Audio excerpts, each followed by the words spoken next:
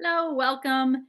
Today we're going to talk about 10 signs that you are dealing with a narcissist or that you're in a narcissistic relationship with someone who's narcissistic. 10 signs that you might experience or they might show that you are with someone toxic. So let's get started. If you don't know me, I'm Lise Colucci and I'm one of the life coaches at QueenBeeing. Lots of information in the main description of every video. So we're just going to jump in and talk about some signs, 10 of them, that you are with someone toxic, a narcissist. Okay. Number one, there's a cycle of love bombing and devalue. Love bombing, giving you lots of attention, giving you lots of focus or some focus. Usually in the beginning, there's a grooming period and lots of attention and lots of focus on you or focus or the good times, the times you want to get back to later on. But we're going to focus a little bit more on the devaluing. The devaluing is constantly putting you down, making you feel beneath them, knocking things they used to like about you. And it's not just once in a while, it's like a continuous cycle. Sometimes breadcrumbs in between of little bits of affection. And that all of this gives you the feeling of a minimized self worth. It is diminishing and minimizing and strips away your self worth. It feels like there's a lot of blaming and shaming going on from that other person. Hello to you and A. Hello, I see me. That's cute. All right. Number two, signs that you are with someone toxic. This relationship you're in could potentially be with a narcissist. All right. That person that you're with, they need control. You feel like you have no power or say in your own life. The power is very out of balance. It's a power dominance. It can be in subtle ways or it can be in extreme ways where you just feel like there is no your sense of self agency, your ability to act on your will is diminished because there is a power dynamic where you can't do something without there being an effect. Like everything that you do, there's a cause and effect thing that happens that makes it so they take control, or they're manipulating you so that you're either afraid to assert yourself or can't. And we'll talk about reasons why in a little bit, but there is a definite power imbalance in the relationship. They may even go so far as to tell you so. All right. Put myself down. Don't need him doing it. Let's stop that. I see me for sure. Hi, Gwen. Putting yourself down, it comes from being treated this way. Then we learn to do it to ourselves, right? So, and that's another topic for another day. And I do have that down, which is signs of yourself that you have been in or are in something that's toxic. So we'll do that another day. But okay, number three, the person that you're with does not take accountability. They blame shift, they gaslight, they avoid, they smear, they smokescreen, they swiftly switch that topic over to something else. They project, they derail conversations and take it off track into something tangential. They avoid anything that relates to them taking accountability, and they make excuses for all their bad behavior. That's in a nutshell, right? And just that in itself is exhausting. I think we know what those things are. We'll talk about gaslighting in a little bit, but let's talk about how they do things to avoid and they blame shift. And when you have this going on, you're so busy keeping up with the conversation that you forget what it is you were talking about. You forget what it is that the point was, or you get lost and the point of the topic gets lost with you, right? So, yeah, control freaks on social media beyond beliefs. That too. Yeah. Okay. Number four, they lack empathy. Yes, of course, this should be number one, but this is one that, it is in the diagnostic criteria for narcissism, but somebody who is in toxic in a relationship lacks empathy towards you and toward the relationship itself and toward other people. And, the only thing they care about is their own gain, their own well-being. So any consideration that they have, if you really look at it, it is self-oriented. It is for self-gain. It may look like caring, it may look like compassion, but it is for their own gain. Everybody does that now and then. This is the only way they show empathy. Okay, and people get confused because they say, well, it looks like he had empathy when blah, blah, blah, or like she had empathy when, but really, if you look at it and you look at a situation, you will see that it really was there to serve them. For instance, um, say the narcissist is a nurse, okay, and in the hospital they treat many patients every day, and they see the worst of situations every day, and they have instead, obviously professionally they can't be pouring empathy all over everything, but they can act from empathy, right? They can be respectful, be responsible, keep their ethical ways up. And a narcissist might do that to some level. So it looks like one thing, but then they actually care when something is something that relates to them.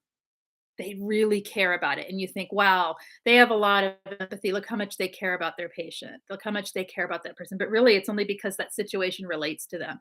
For instance, they have a similar illness, or they've had a similar thing happen to them, or the person's the same age, or it's someone they can relate to as it reflects upon themselves. This is a true life story. That's why I use that specific example. So, yeah, it's kind of eye opening when you look at the way they at what you think is empathy and you realize that's not empathy. That's just somebody sympathizing because it relates to them. All right.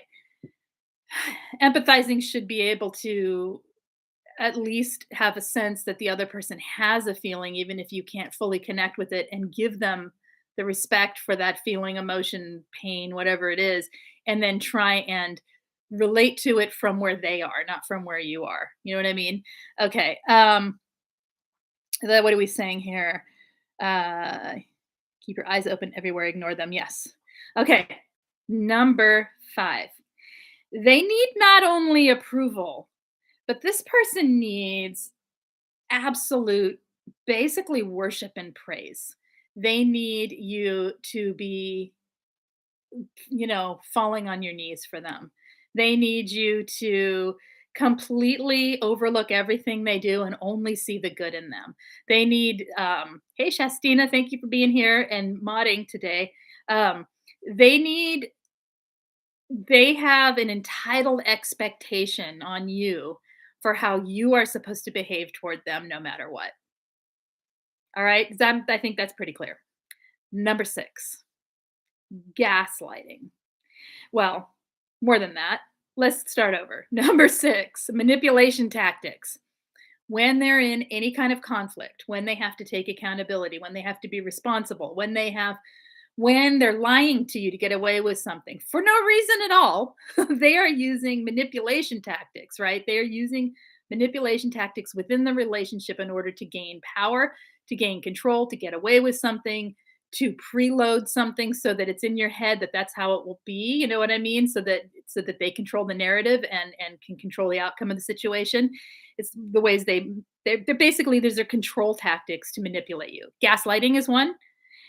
Being vindictive, being aggressive, being passive aggressive, shifting from hot to cold, all of it. Something that I wrote that I cannot read. They're moody. That's what I said. All of that is, all of these tactics of projecting, of all of it is when someone does that in a relationship, and that is their means of having conflict, having debate, having discussion, something's very, very off. You are walking on eggshells. That is your sign. You're walking on eggshells. You are confused. You feel conflicted. You feel like you're the wrong one for asking a question. You feel like you're to blame. You feel like you are, you don't trust yourself. You don't trust your opinions. You don't trust your beliefs. You don't trust your experience.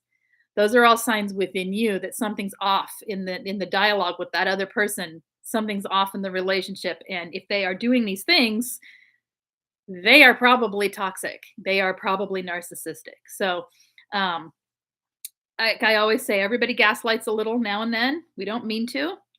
It happens. We want our way. we want to um, we want to get away with something. Like we don't want to take accountability all the time. Whatever. That's not the same as using this tactically against people, using this in a methodical, continual, endless sort of way that they do it, right? Okay. Um, who just came in? Hey, Christine. Number 7. They are people who are nice narcissistic are highly defensive and hypersensitive and perceive everything as a threat. They see everything and everyone as a threat, especially when they lean towards sociopathy.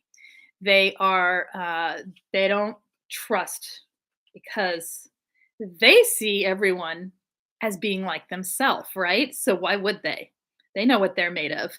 They know what that they're capable of, and they know they believe others are too. They don't have empathy, so the way they relate to the world is it's either a weakness in someone or it's something to use or you just don't trust people, right? So they create a lack of trust in us because they're so untrusting as well. Plus they're also hurting you, right?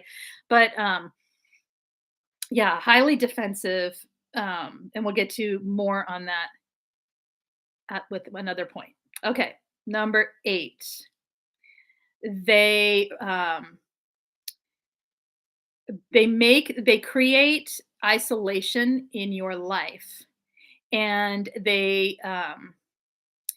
what did I say here? They they create like a mistrust of your friends and family. So they make it so that you're isolated with them. You may feel like you're completely like you got no one else. They're all you have. You turn to them for everything, even when they're hurting you. You're turning to them to help you. It's this cycle of well, it's Stockholm syndrome, right? It's creating the trauma bond, and it is a feeling of like you and me against the world. I say this a lot. That's like a huge you and me against the world is like a big one for a lot of narcissists. They'll even say, "Oh, babe, it's you and me against the world," or "Oh, honey, I'm so sorry that it's like this. I'm all you have. I mean, at least it's you and me against the world."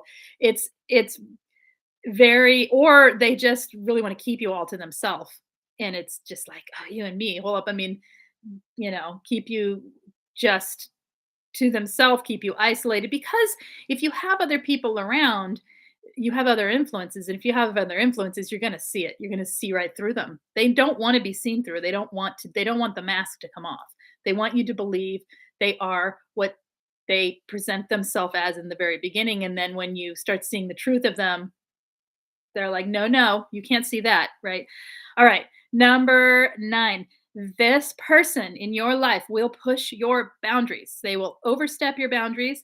They will push your boundaries, and they will do anything they can to bulldoze right through your boundaries so that everything comes out in their favor or everything comes out with them winning. Some of them just like to win. And so if you set a boundary, they'll push the boundary and set another and then pretend they set that boundary. And then, it goes back and forth. So, I mean, I should add another one here I will add an 11. So I'll say number 10, they love with transactionally. They love transactionally. Everything is tit for tat. Everything is, well, I have a whole list here of transactional love. They keep tabs on what they give and what they receive. Relationships are built on expectations of reciprocation, self serving to get as much or more than they give. So they will never give more than they get. And they pretty much don't give that much. So they expect 10 to 100 times more than they actually give, right? They set the terms of the transaction. Okay. They set the terms of what will be and what won't be in the relationship. Um, love is earned. Love, intimacy is earned, affection is earned, trust is earned, words of praise are earned, everything is earned with them. And by earned, I mean don't say anything about what they do. Don't cross them. Don't question them. Just give them all the attention and affection and everything that they want. Unless they feel like fighting, then you better fight with them and then you better cower or hide or whatever it is they need you to do. And then grovel and praise in order to earn a little crumb of their affection. Everything in love with a narcissist is transactional. And it's win-lose. Yeah. Okay. So I added a 10. I added an 11. That was 10. All right. And number 10. Number 10. They cannot take any criticism. They perceive all critiquing of a situation, critiquing of them as rejection or ridicule. And they lack the vulnerability that it takes to take constructive criticism in and make changes in their life. Hence, no accountability. Like all of it. They seriously can't handle it. They can't handle it. But then they'll throw you for a loop where once in a while they'll say, I see what you're saying. I see your point. I'm going to make changes. And like basically crickets, right? Like what changes, right? Or I'm trying and trying and nothing seems to work. And you're like, trying at what? What are you trying? These are words, these aren't actions. So their words, I guess that's number 12, their words don't match their actions.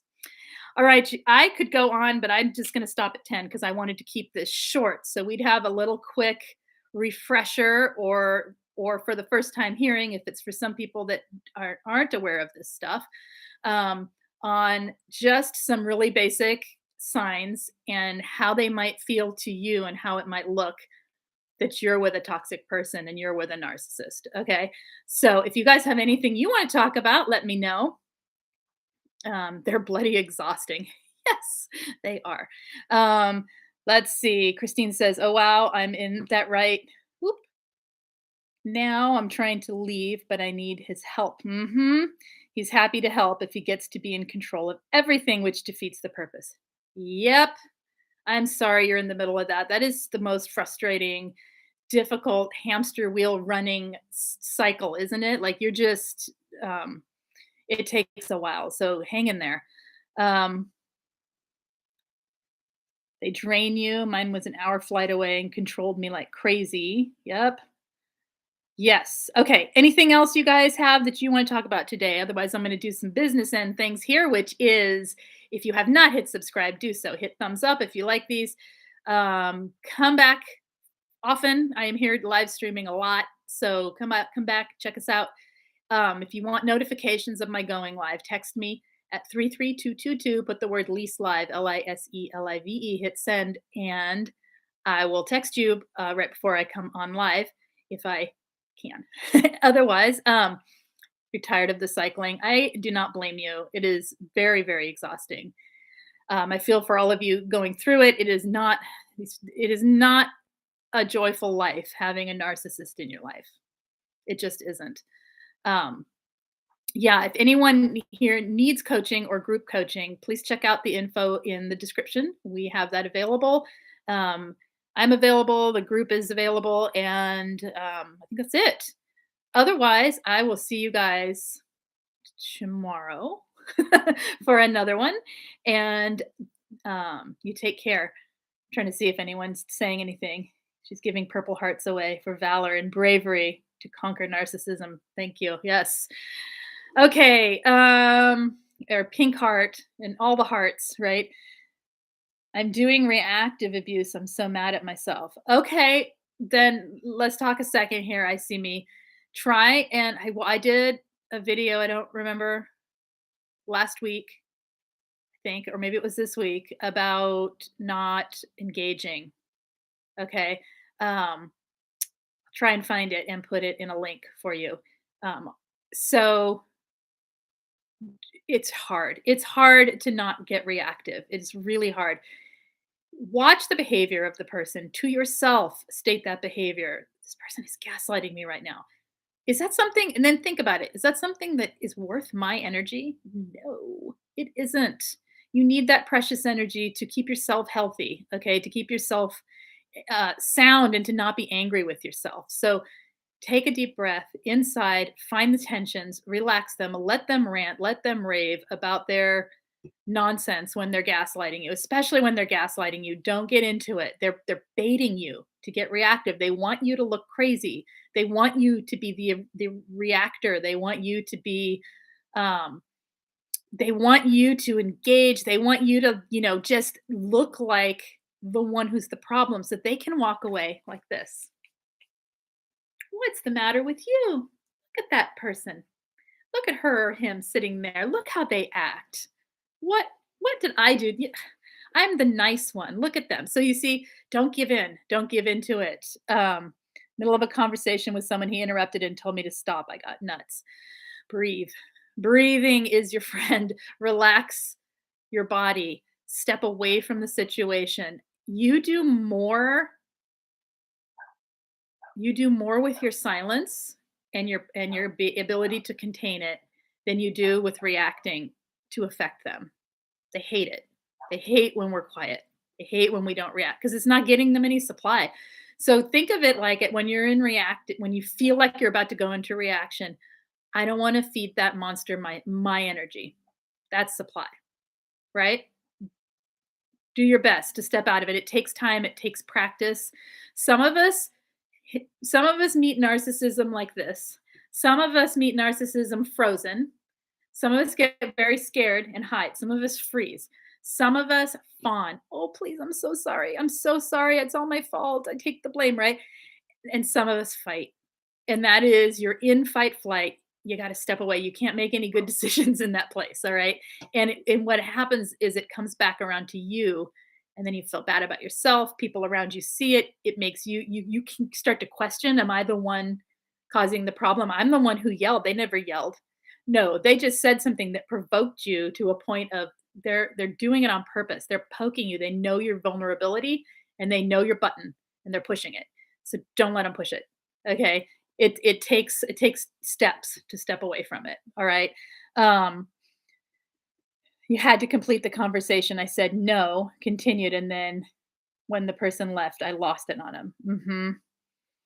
Yeah, it's hurting you though, and that's the problem, right? So finding another outlet to be heard, to express your what you need to express, writing it down, venting to a friend, venting to a therapist or a coach, right? Like someone that just getting it out can be helpful. It's not gonna do anything reacting to them. It just makes them look at you like, you know. Um, okay, how do you counter the double standards? I don't engage with narcissists, Sadie. I don't engage. So if I have to and there's a double standard, I expect it. I expect all of these things I said here and then some, right? And then the other 999, however many traits there are, right? Um, I just expect it. Uh, they feel entitled. Yeah, they feel like they can do whatever they want, right? They feel entitled to to the double standard is it's gaslighting, right? It's a form of gaslighting. They are like, don't do that, don't do that while they're doing it. It's what they do. It's just so you expect it and you look at it in the same way I would handle gaslighting is I just wouldn't engage with it. I'd go, oh, that's gaslighting, not worth my time, right? Okay. Something that gives you a break before reacting, yes, but it's hard when you're in the moment, isn't it? Yeah. Yeah, circular arguments will drive you cray cray. That's right. That's what happens with the double standards. But wait a minute, how come you can do that and I can't? Because I'm an entitled prick. Right? They're not going to say that, but that's pretty much it. All right. Um, okay. Anything else, you guys, before I head out? What if it is to humiliate you at work? Say more. Is it Fifina? Say more about that a little bit. What if it's to humiliate you at work? You mean the not the double standard. You meant reactive abuse to get you to react at work. So they're trying to get. So then, by all means, it's best to keep your composure because you're at work, right? So walking away, saying, "Excuse me for a moment," and I need to use the restroom. Excuse me for a moment. Walk away. Get space, especially at work. You need the professional to stay professional, right? And so step away, calm yourself down. If they re-engage you, step away, calm yourself down. Talk to someone. Um, um, Yeah, I don't know the exact situation, so I don't know how to elaborate further with that. Um, it's it's always don't engage. This is the thing with a narcissist, there's no engagement needs to be your choice, meaning something that you have to it's not your choice, but your sure, I'll engage with a narcissistic someone I think is narcissistic in life. Why not? They're not in my personal life. I'm not going to be like, "Ah, they're a narcissist. I can't answer their question to the person at the bank, right? But I'm not going to give them what they want if they are rude to me, if they are I mean, someone even when they leave people leave rude comments to me. I just am like, whatever, because it's not worth it. It's not worth engaging in it. At work, I would keep my distance from that person. Um, I would gray rock with a not a cold gray rock, a very professional, polite gray rock. So I always looked polite and I always looked professional in front of them and in front of others around them. It's unfortunately when we are dealing with them, it's manipulating the manipulator. It's what we have to do. It's not something we want to do. It's exhausting and it goes against our nature to and our desire to be like authentically ourselves. But you can't be because it's not a safe place with them. So yeah. Um, I had one gaslight me at work constantly. Yeah, it's awful. When another is waving their arms in front of you daily to start a fight, it's hard. It is so hard. It is so hard to step away from it. Sometimes it's worth finding another job. Sometimes it really is, or another department, or another um, part of. You know what I mean? Like I don't know the situation, so I can't elaborate too much more because I could be talking in a completely wrong direction for what works for you. And this is when you're dealing with in the workplace or anywhere really, but especially because it's really public, it's going to be really specific to your situation. They facilitate a meeting and refuse to give me the floor to talk. And is it something you need the floor to talk? And I'm going to assume you need the floor to talk.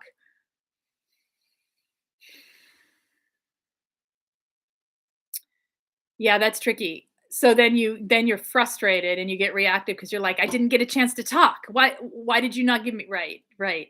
Um, I can't advise on how to burst in and talk. I'd have to just to participate. They won't let you participate. And are they the highest up? Are they just the boss person? Human resources can be a good resource at work. They can, hopefully. Log. What made you laugh? um, okay. I'm trying to read chat at the same time. Bathroom can be your friend at work. Yes, it is. Long thought. I mean, yeah, my long thought. Okay. All right. I hope that helps a little. I need to think on that one because obviously it's the manager. You know what I would do? So I'd have someone else in the room just say what I needed them to say and get my point out. I wouldn't care about taking credit for it. I would just want my words to be I would be like, "Hey, my friend Tom, you want to say these things because they're not letting me talk." And see what happens. And then interject. Or it really depends. You don't want to get yourself fired. You don't want to get yourself gosh, it's so hard at work. It's so hard and I don't know, the situation. Is it a large team? It's toxic workplaces. We should do a talk on toxic workplaces because it's a whole nother thing because you have to manage it professionally, right? And you can't walk away and just go silent and you can't gray rock like, yes, no. You almost have to placate and kiss the, you have to kiss up in a way to the narcissist. So you stay just under the radar, just out of reach, but someone that they know they have in their back pocket. They believe they have. They don't actually have you.